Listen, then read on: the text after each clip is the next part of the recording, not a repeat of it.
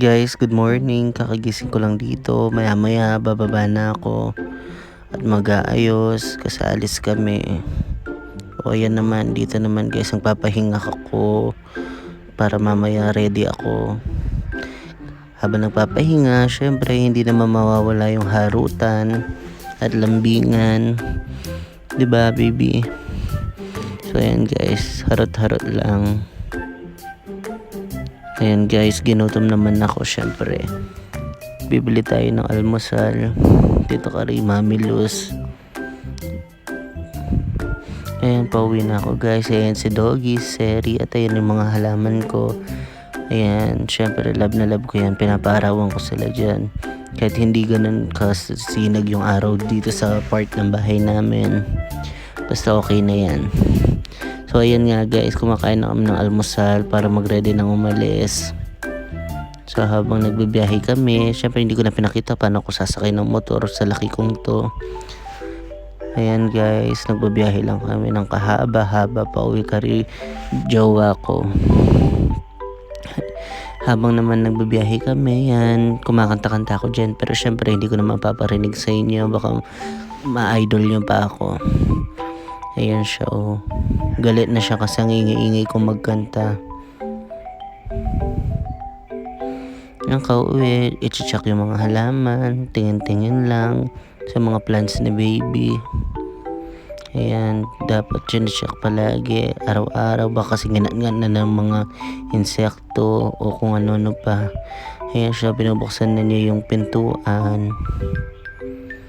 Charan! Kung hari, estudyante, pero nakakapagod ng mag-module.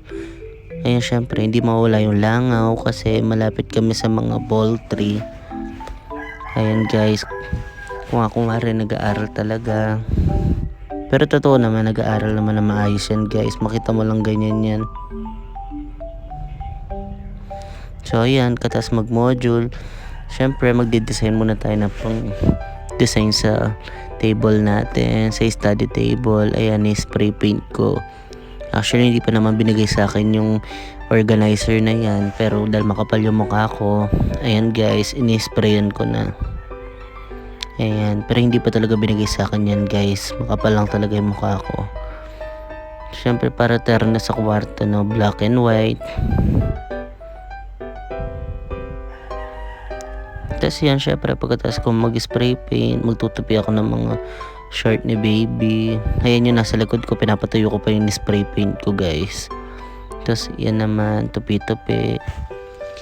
Tupi lang ng tupi kasi yung jowa ko guys, maglalaba pero hindi magtutupi. So ako magtutupi. No choice naman ako. Ayan, pakit lang guys. Pero ang laki-laki ko na. Yan, medyo maarte lang magtupi kung mahari. Tapos syempre papahinga muna ako guys. Charot, magbibingo ako guys, hindi ako magpapahinga. Alam mo naman, bingo is life. Syempre bigyan din natin ng konting bisyo yung sarili natin guys. Hindi yung puro na lang tayo ulirang jowa. Charot. Tapos ayan nga guys, magbingo-bingo lang. Siyempre habang nagbibingo sa game na yan, medyo talo pa ako eh. Yan guys, tantos lang ng tantos. Dito naman guys, medyo napikon na ako kasi hindi ako nananalo. Kaya ginawa ko, ako na yung nagbola. Yan, habang nagbobola ako. Yan. Diba, wala akong maisip sabihin. Pero dyan nga guys, medyo nanalo naman ako, nakabawi ako. Siyempre pagkatapos magbingo, magro-road trip muna. Alam mo naman, Dora is life, Libotera. Yan guys, road trip lang. Oh guys, so ayaw niya kasi manawala ako yan. Ako yung nagda-drive. Yan oh. Siyempre ayun yung mga kasama ko guys. Diba? Siyempre ayun si Joseph and Ivan. Sinamahan nila kami mag road trip. O diba? Galit na galit sila. Gustong manakit. Ar.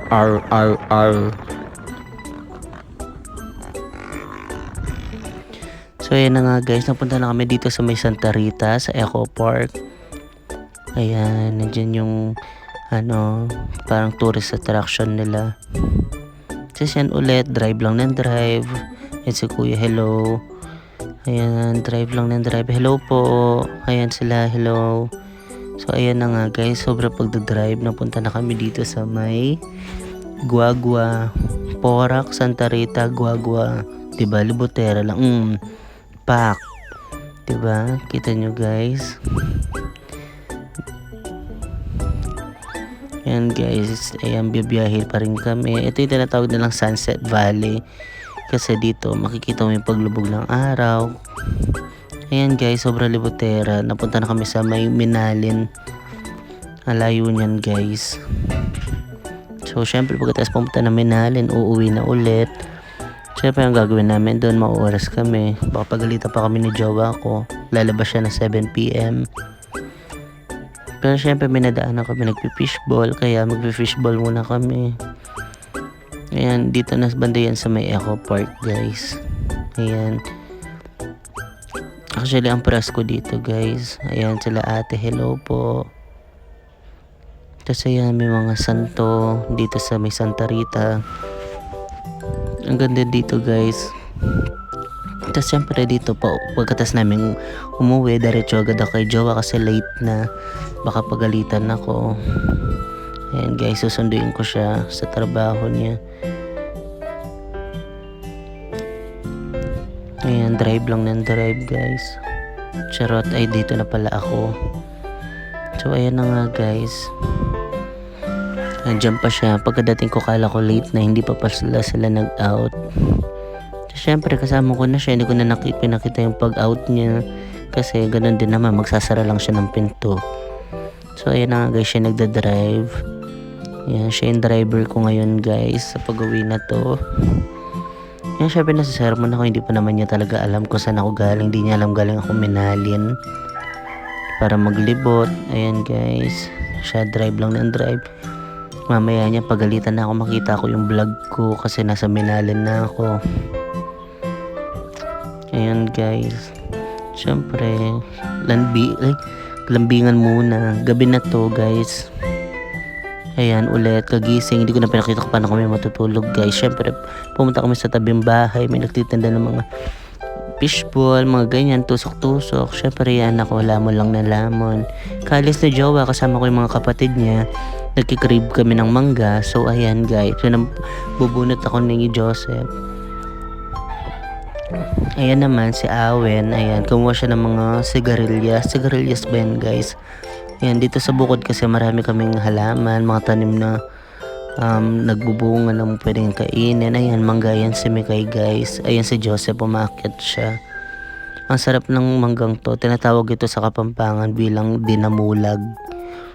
Yung maasim guys, pero ang sarap, grabe.